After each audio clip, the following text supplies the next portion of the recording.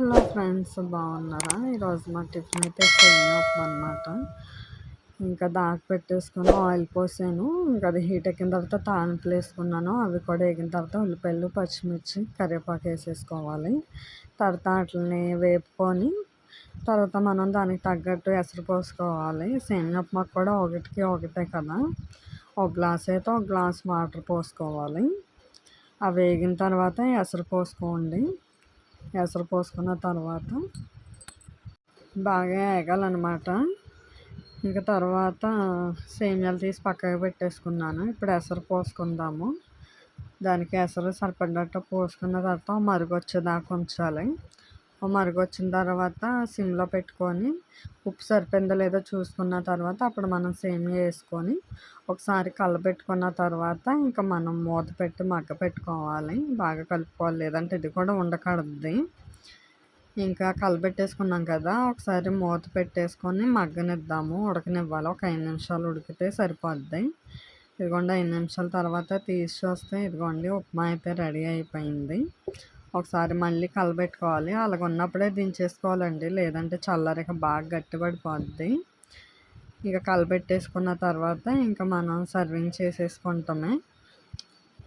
ఇదిగోండి సర్వింగ్ చేసేసుకున్నాను. ఇదిగోండి ఫైనల్ లుక్ ఇది సేమియా ఉప్మా. మీ ఇంట్లో మీరేం టిఫిన్ చేసుకున్నారు? కామెంట్ చేయండి. హాయ్ అండి, welcome back to my channel. అయితే మా ఆయన గారిని కూరకి ఏదో ఒకటి తీసుకురమ్మంటే వెళ్ళి చికెన్ తీసుకొచ్చారు. వండుదామని చెప్పి ఉల్లిపాయలు కోస్తున్నాను.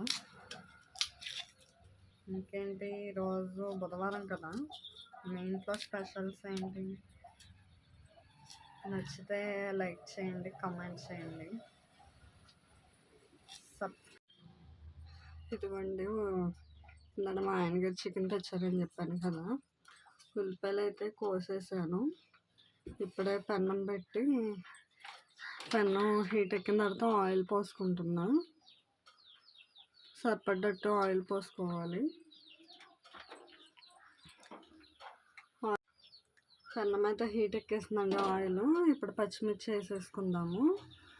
పచ్చిమిర్చి, ఉల్లిపాయలు వేసేసుకుందాం.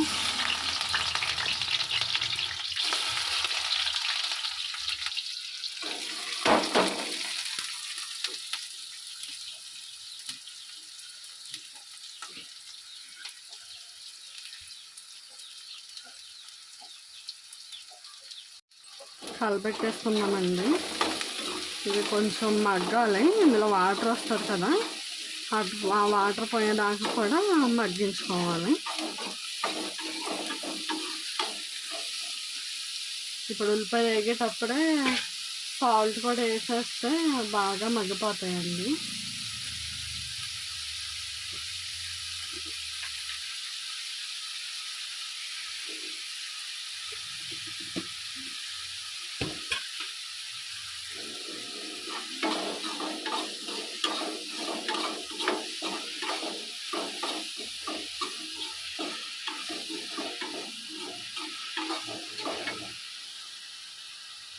ఇప్పుడు మూత పెట్టేసుకుందామండి. మూత పెట్టి మగ్గనిచ్చుకుందాము. ఇదిగోండి ఉల్లిపాయ ముక్కలు మగ్గిపోయినాయి. ఇప్పుడు కడిగి పెట్టుకున్న చికెన్ వేసేసుకుందాము. ఇప్పుడు కలబెట్టేసుకుందాం. ఇప్పుడు చికెన్ కూడా మగ్గాలి. చికెన్లో కూడా వాటర్ వస్తుంది కదా, ఆ వాటర్ వచ్చి మొత్తం ఇనిగిపోయేదాకా ఉంచుకోవాలి. ఇప్పుడే కొద్దిగా పసుపు కూడా వేసేసుకోవాలి. నేనైతే ఇలాగే వండుతానండి, అలాగే ఇలాగే చెప్పి వంకలు పెట్టద్దు. నేనైతే ఇలాగే వండుతాను. ఇప్పుడు పసుపు వేసుకున్నాం కదా, ఇప్పుడు దీన్ని బాగా కలబెట్టేసుకొని దీన్ని మగ్గించుకుందాము. ఇందాక ఉప్పు వేసాను కదా, కొంచెం ఎక్కువగానే వేసాను. ఇప్పుడు అందుకు ఉప్పు వేసి పసుపు ఒకటి వేసాను. ఇప్పుడు దీన్ని మగ్గనిద్దాం వాటర్ ఇనిగిపోయేంత దాకా. మూత పెట్టేస్తున్నా. ఇదిగోండి చికెన్ ఆల్మోస్ట్ కొద్దిగా వాటర్ వచ్చినాయి. ఈ వాటర్ మొత్తం అంతా ఇనికిపోవాలన్నమాట. కలిపెడుతున్నాను. మసాలా కూడా ఆడేసుకున్నాను. ఇంక ఇదే మసాలా అండి, ఇంక ఎక్స్ట్రా మసాలా నేను ఏమి వేయను, మా ఆయన గారికి ఇష్టం ఉండదు. కొద్దిగా ఈ చికెన్ మగ్గేటప్పుడు కొత్తిమీర వేద్దాము, బాగుంటుంది స్మెల్.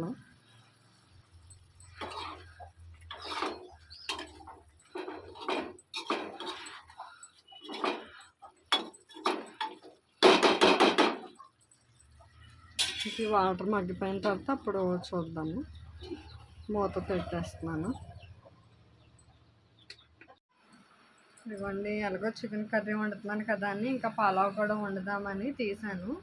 ఇదిగోండి 2 టమాటా, ఉల్లిపాయ, క్యారెట్, ఇంకా పచ్చిమిర్చి.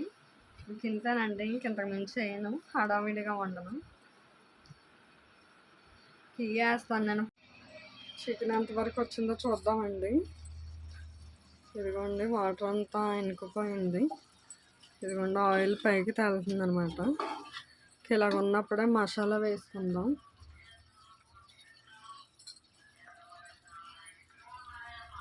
ఇదిగోండి మసాలా 2 స్పూన్లు వేస్తున్నాను, సరిపోద్ది.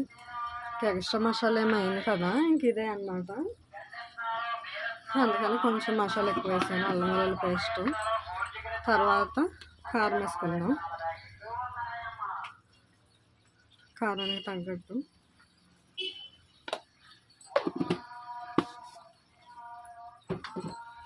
ఇప్పుడు కలిపెట్టేసుకుందాం.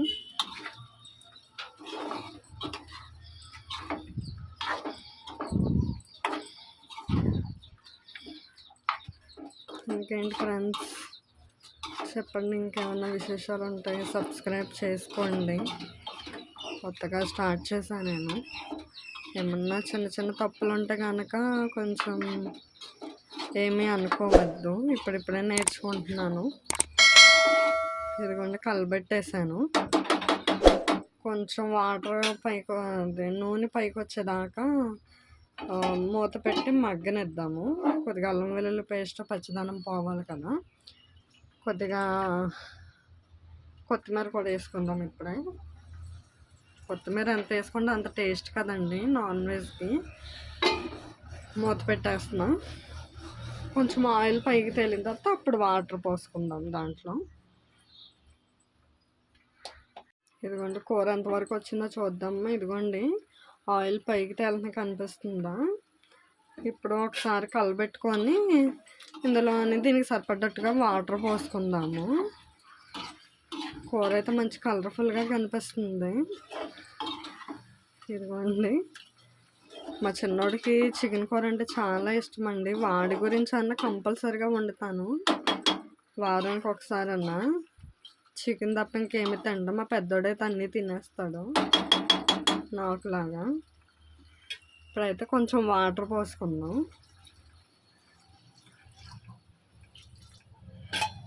వాటర్ పోసుకున్నాను కదా, ఇప్పుడు కలబెట్టేద్దాం.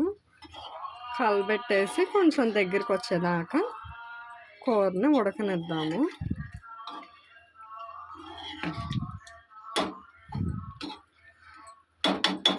మూత పెట్టేసుకొని కూరని ఉడకనిద్దామండి. ఇంకా మూత పెట్టేసుకుందాం. ఇదిగోండి కూర ఏమో పక్క పొయ్యి మీద పెట్టేశాను. పక్క పొయ్యి మీద పెట్టేసి పలావ్ వండుదామని చెప్పి దాకా పెట్టి ఆయిల్ పోసాను. ఇప్పుడు ఆయిల్ హీట్ ఎక్కేసింది. ఇదిగోండి పలావ్ సరుకులు అన్నమాట. ఇవి పలావ్ సరుకులు వేసేసుకుందాం. పలావ్ సరుకులు వేసేసుకున్నాక ఇదిగోండి బిర్యానీ ఆకు వేసుకోవాలి.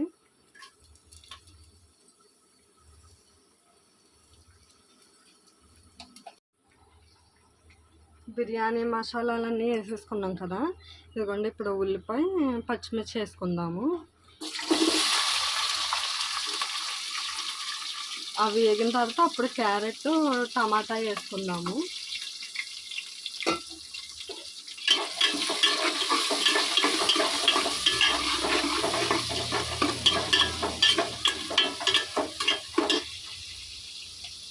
ఈ ఉల్లిపాయ ముక్కలు మగ్గేదాకా ప్లేట్ పెట్టుకుందాము, కాసేపు మగ్గాలి. మగ్గిన తర్వాత మిగతాది. కూర కూడా ఎంతవరకు వచ్చిందో చూద్దాము. ఇదిగోండి ఫ్రెండ్స్, కూర అయితే కొత్తలాడుతుంది. ఇంకా కొంచెం దగ్గరికి రావాలి.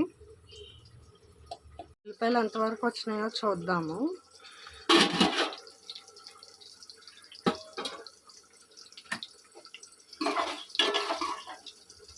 మగ్గినాయండి, కొద్దిగా ఉల్లిపాయలు ఫ్రై అయినాయి.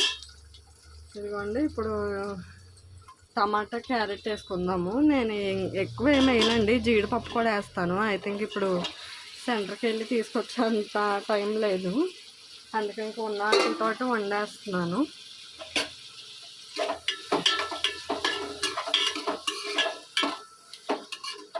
ఇప్పుడు కొంచెం కొత్తిమీర కూడా వేసుకుందాము. నేను నాన్ వెజ్లో మటుకు కంపల్సరిగా కొత్తిమీర అయితే ఎక్కువ వాడతానండి నేను.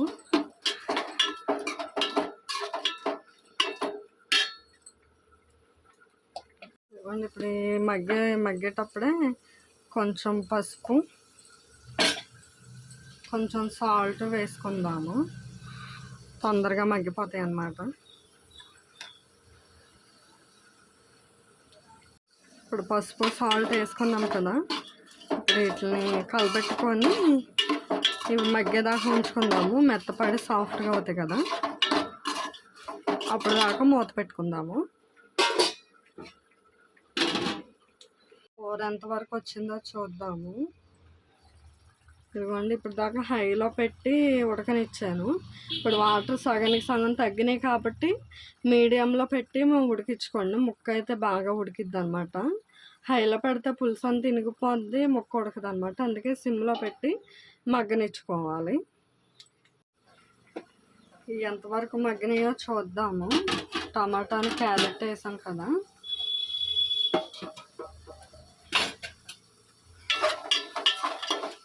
ఆల్మోస్ట్ మగ్గినట్టే. ఇలా ఉన్నప్పుడే కొంచెం కరివేపాకు కూడా వేసుకుందాం. కరివేపాకు కర్రీస్లో మంచి టేస్ట్ ఉంటుంది కదా, బాగుంటుంది. కలిపెట్టేస్తుంది. ఇలా ఉన్నప్పుడే అల్లం వెల్లుల్లి పేస్ట్ కూడా వేసుకుందాము. ఇది కూడా 1.5 స్పూన్ వేస్తున్నాను. ఎంత కాదు, కొద్దిగా వండుతున్నాను. కొంచెం కారం కూడా వేసుకుందాము, మరి ఎక్కువ కాదు, లైట్గా. ఎందుకంటే పచ్చిమిర్చి వేసాం కదా, అందుకే దానికి సరిపడ్డట్టుగా వేసుకోవాలి. ఇప్పుడు ఇవన్నీ వేసేసుకున్నాం కదా, కలబెట్టేసుకుందాము. ఈ అల్లం వెల్లుల్లి పేస్ట్ పచ్చివాసన పోయేదాకా మగ్గనిచ్చుకొని తర్వాత ఎసరు పోసుకుందాము. ఎసరు తెలుసు కదండి, 1 గ్లాస్ బియ్యానికి 2 గ్లాసులు అనమాట. నేను అలాగే వండుతాను. సోనా మసూరి రైస్ అనమాట, బాస్మతి రైస్ ఇష్టం ఉండదు, అందుకే దీంతో వండుతాను అనమాట. ఎప్పుడైనా పలావ్ సోనా మసూరి బియ్యం 1 గ్లాస్కి 2 గ్లాసులు నీళ్ళు అన్నమాట. ఇదిగోండి, నేను ఈ గిన్నెతోటి రైస్ తీసుకున్నాను. ఈ గిన్నెతోటి 2 గిన్నెలు వాటర్ పోస్తాను అన్నమాట, సరిపోతాయి. ఒకసారి కలపెట్టుకుందాం. ఇవి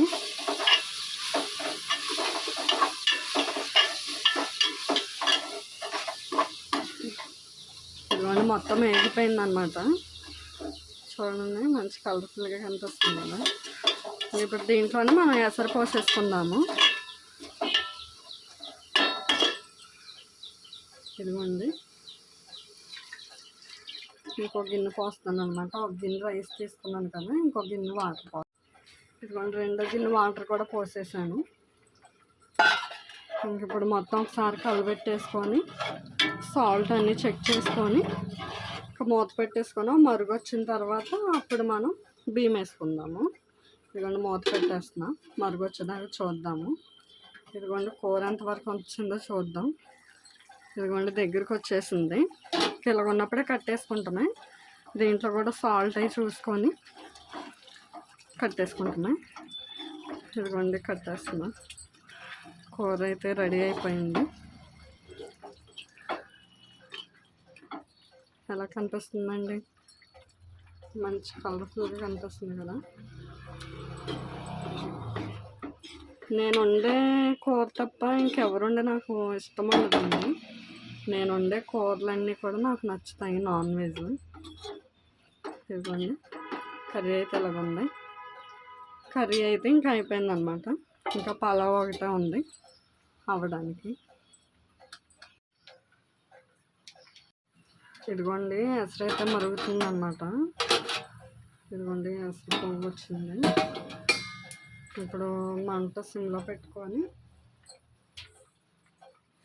బియ్యం వేసేసుకోవాలి.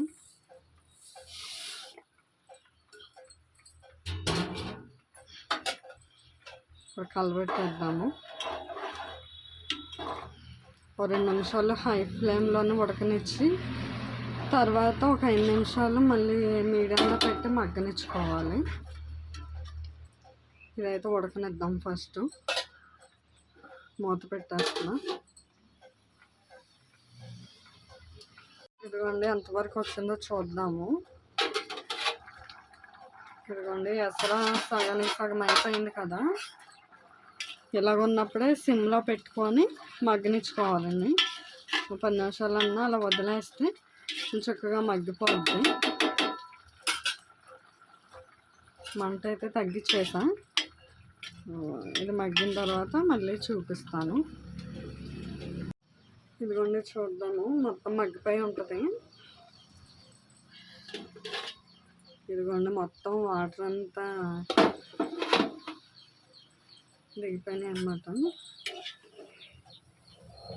ఇలాగ ఉన్నప్పుడు ఒకసారి మళ్ళీ కలబెట్టుకొని కిందది పైకి వేసుకొని ఇప్పుడు మళ్ళీ సిమ్లో పెట్టుకొని ఒక 2 నిమిషాలు అలా వదిలేస్తే మన పలావ్ రెడీ అనమాట.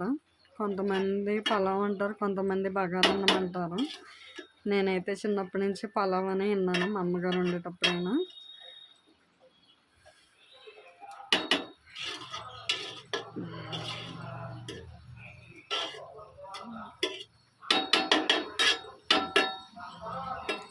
మళ్ళీ ఇలాగ 2 నిమిషాలు మళ్ళీ మగ్గనిచ్చేసుకుంటే ఇంకా పలావ్ అయితే రెడీ అయిపోద్ది.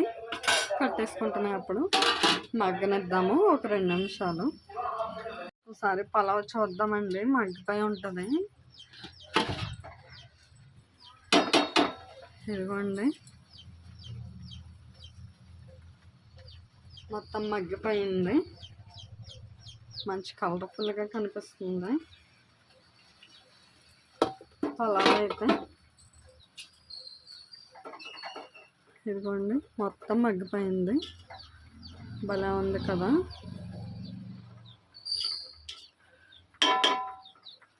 ఇంకా మా వారు వచ్చిన తర్వాత అప్పుడు తింటానన్నమాట.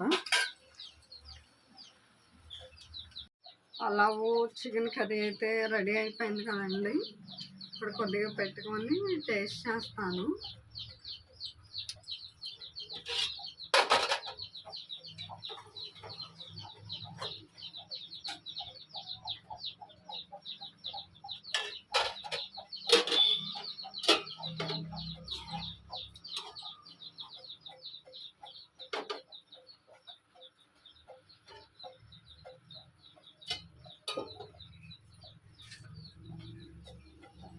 కనిపిస్తుందా?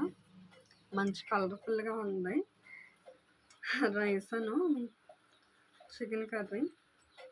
ఇప్పుడు టేస్ట్ చేస్తాను. నేను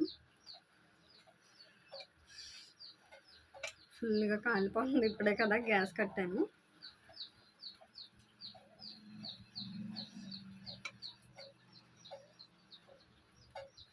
పలావ్ చికెన్ కర్రీ అయితే నేను చాలా బాగా వండుతాను. మా అమ్మగారి తర్వాత నేనే బాగా వండుతాను. నేను వండుకున్నది తప్ప ఇంకెవ్వరు వండింది నాకు ఇష్టం ఉండదు అసలు.